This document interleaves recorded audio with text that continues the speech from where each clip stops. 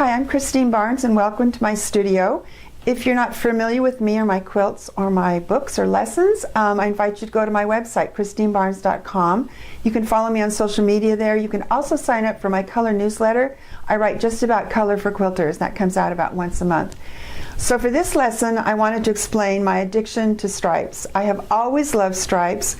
When I was a child, I had to have a striped dress, and I've been using stripes in clothing and quilts ever since. I just love the crispness that they give to a quilt. Different kinds of stripes. This one is a printed stripe, obviously.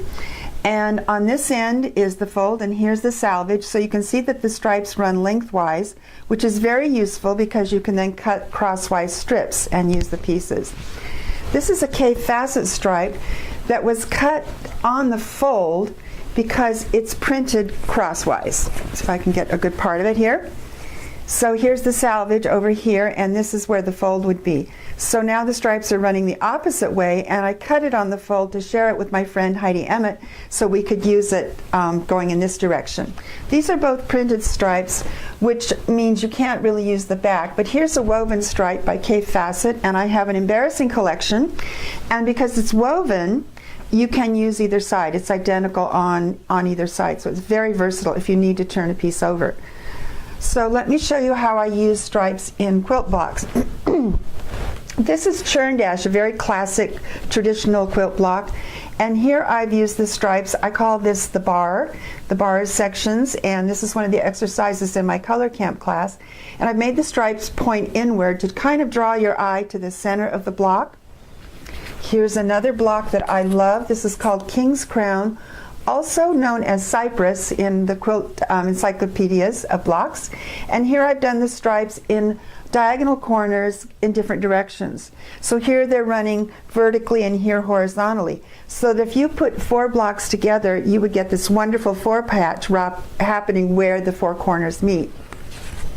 Another block, this one is new. I don't know the name exactly. It's similar to Rolling Square and Rolling Stone, but it's not exactly the same. So if you know the name, please email me.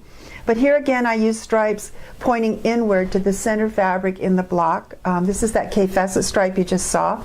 And you can see I love black and white and gray and white, really popular in the modern quilt movement. This is a brand new block that I just finished a couple of days ago. This is a Japanese X Plus block, and I have a quilt top made of 9 blocks, and I'll show you that in another lesson. But I wanted to use these really vibrant K-Facet red-orange fabrics, and I had a hard time finding the perfect stripe for the center because the prints in the X pieces are so busy and dominant. But I think this one worked out. I love the Marcia Jersey print here in the small squares. It picks up the blue-green in some of the fabrics and also the yellow-green in some of the fabrics. This is so much fun to make. It's one of those blocks where you can't stop. Like potato chips, you can't stop at just one. You can again see my love of black and white. This is a sample block for my quilt Swizzle Sticks, which was in the February issue of American Patchwork and Quilting 2016, this year. And I used 2 stripes. I used the K-Facet stripe, it's a woven stripe, in the center, and then I added these swizzle sticks, these really narrow black and white strips, to kind of accent the other colors and separate the solid colors from each other. This is a very fun block to make, also super simple. Let me show you a vest. Now, if you've been in my classes or been to my lectures, you may have seen this. These are all K-Facet woven stripes, and they're small units. They were half square triangles that I made, and then I put them together so that the stripes are running at right angles to each other, so they seem to spin.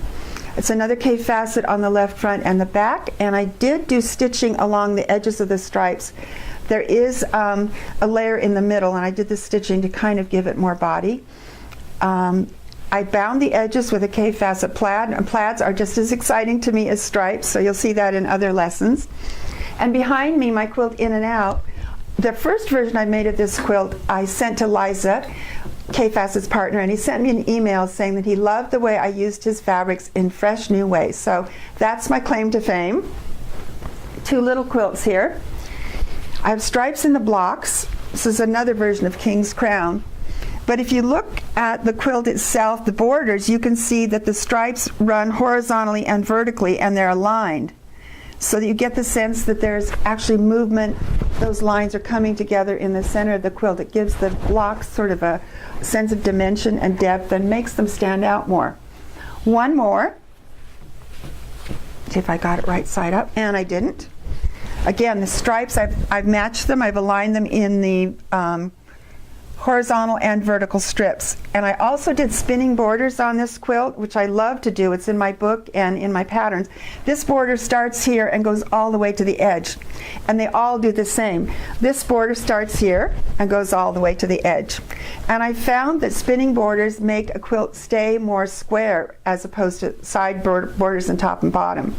So that's the way I do almost all my borders now. That's about it for stripes. If you use stripes in your next quilt, email me a picture and I will give you extra credit. I'll see you next time. Thanks.